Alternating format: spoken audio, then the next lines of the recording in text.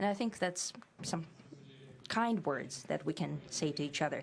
We're separated by the Strait of Bering, though there are 2 islands only between the Russian island and the U.S. island. They're only 4 kilometers apart. We're close neighbors, and it's a fact. It's also important that Alaska has to do with our common heritage, common history between Russia and the U.S., and many positive events have to do with that territory. Still, there is tremendous cultural heritage back from the Russian America. For example, Orthodox churches and a lot of more than 700 geographical names of Russian origin. During the Second World War, it was here in Alaska that was the origin of the legendary air bridge for the supply of military aircraft and other equipment under the Lend-Lease program.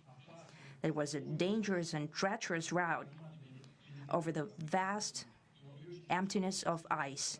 However, the pilots of both countries did everything to bring closer the victory. They risked their lives and they gave it all for the common victory.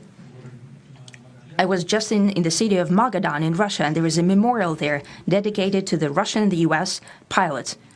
And there are 2 flags, the U.S. flag and the Russian flag. And I know that here as well there is such a memorial. There is a military burial place several kilometers away from here.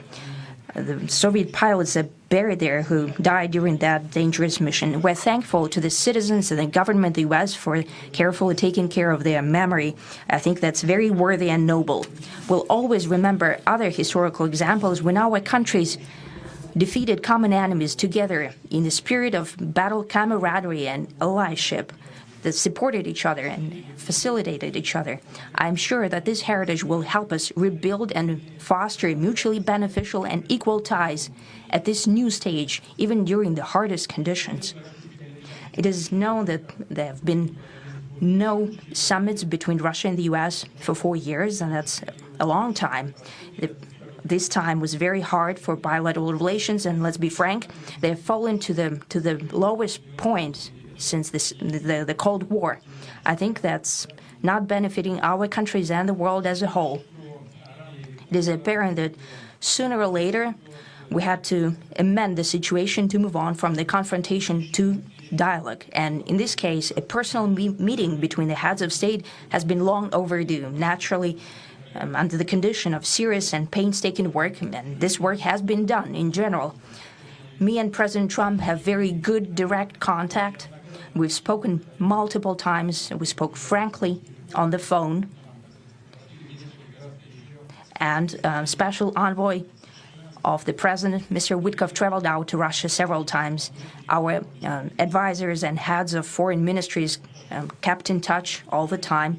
And you know fully well that one of the central issues was the situation around Ukraine. We see the strive of the administration and President Trump personally to help facilitate the resolution of the Ukrainian conflict. And his strive to get to the crux of the matter, to understand this history, is precious.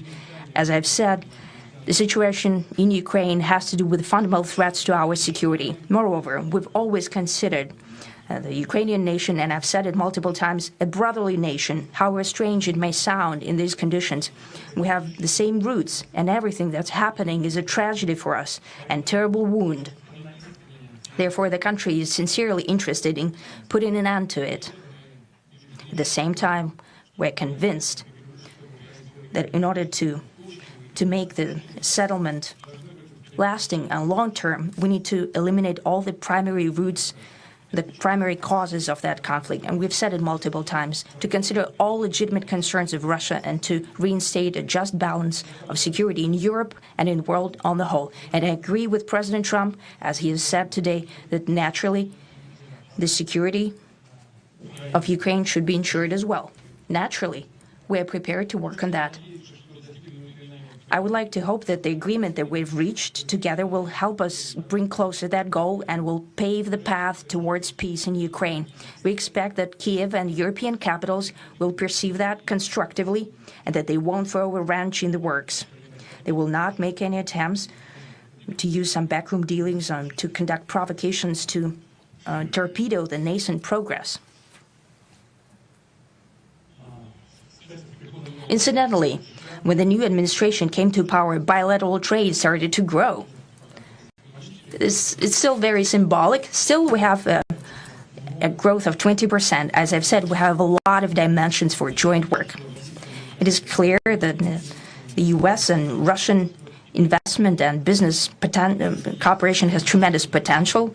Russia and the U.S. can offer each other so much in trade, digital, high-tech, and in space exploration. We see that Arctic cooperation is also very possible, and our international context, for example, between the Far East of Russia and the West Coast of the U.S. Overall, it's very important for our countries to turn the page, to go back to cooperation. It is symbolic that not far away from here, at the border between Russia and the U.S., there was a so-called international date line. I think you can step over, literally, from yesterday into tomorrow. And I hope that we'll succeed in that, in political sphere.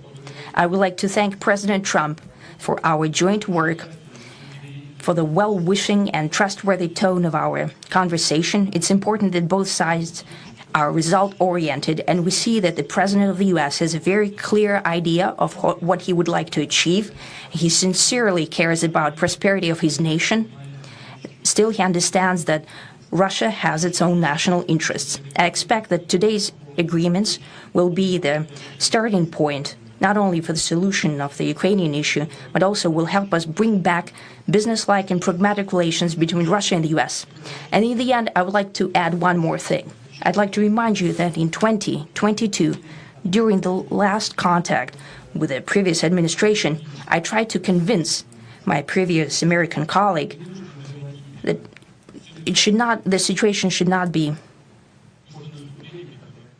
brought to the point of no return when it would come to hostilities. And I said it quite directly back then that it's a big mistake.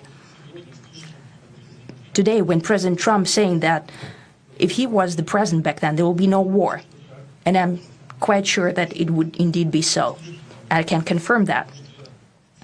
I think that overall, me and President Trump have built a very good, business-like and trustworthy contact. And I have every reason to believe that moving down this path, we can come, and the sooner the better, to the end of the conflict in Ukraine. Thank you. Thank you. Well, thank you very much.